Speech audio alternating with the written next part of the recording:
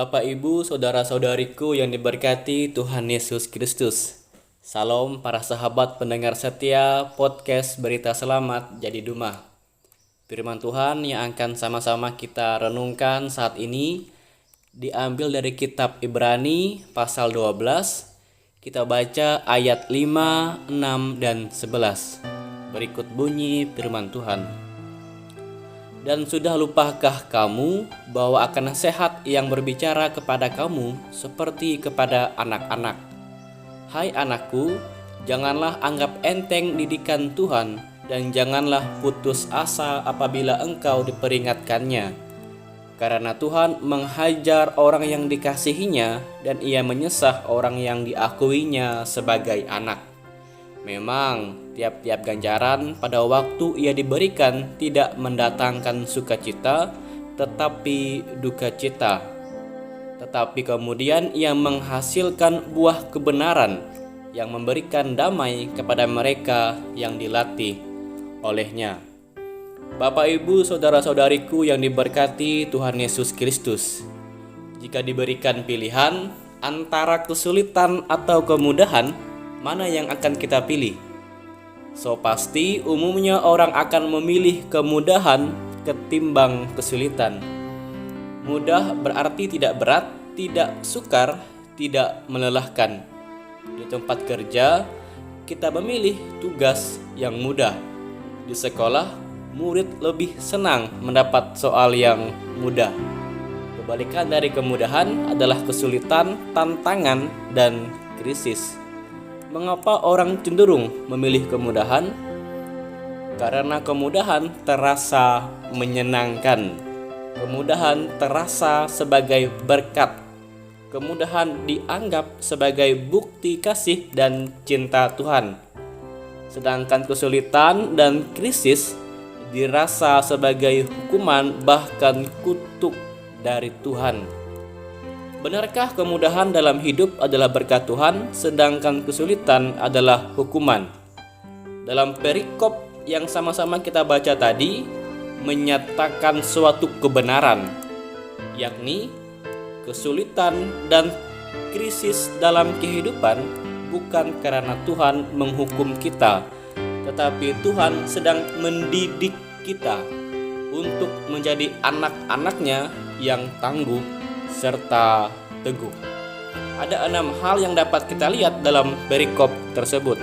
Pertama, Allah digambarkan sebagai orang tua dan kita sebagai anak-anaknya. Kedua, karena itu Allah mendidik kita. Ketiga, cara Allah mendidik bukanlah dengan memberi kemudahan, melainkan dengan memberi ganjaran. Yunaninya paideia yang dapat berarti menegur, memarahi, menghukum, mendisiplin, menghajar. Keempat, sebab itu Allah memberi paideia kepada kita.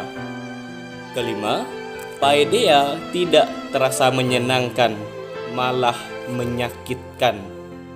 Keenam, tetapi dalam jangka waktu panjang, paideia memberi manfaat kepada kita. Bapak, Ibu, saudara-saudariku yang diberkati Tuhan Yesus Kristus. Kemudahan memang tampak enak, tetapi kemudahan dapat membuat kita lengah. Maka demi cinta kepada umatnya, Allah tidak memberi kemudahan. Allah malah membawa kita berjalan-jalan melalui kesulitan dan krisis. Sebab itu, kesulitan dan krisis jangan dilihat sebagai hukuman Allah, melainkan sebagai didikan Allah. Adanya krisis bukanlah tanda Allah marah, melainkan bahwa Allah prihatin kepada kita. Kata kitab Ibrani, Allah menghajar kita untuk kebaikan kita. Mari kita berdoa. Hari ini kami dicerahkan dan dicelikkan pikiran serta hati kami oleh kebenaran firman Tuhan yang telah kami dengarkan. bahwa kesulitan dan krisis yang kami alami dalam kehidupan bukanlah tanda bahwa Tuhan tidak sayang kami, bukan tanda Tuhan tidak memberkati kami, tetapi sesungguhnya Tuhan sedang mendidik kami untuk menjadi anak-anak-Mu yang tangguh serta teguh. Berikanlah kami ketahanan dan keteguhan Tuhan, agar dapat bertahan melewati didikan yang Engkau berikan melalui kesulitan dan tantangan. Dan ajarlah kami senantiasa untuk menghayati bahwa semuanya Tuhan maksudkan untuk mendatangkan kebaikan kepada kami. Dalam Yesus Kristus, Tuhan dan Juru Selamat, kami berdoa. Amin.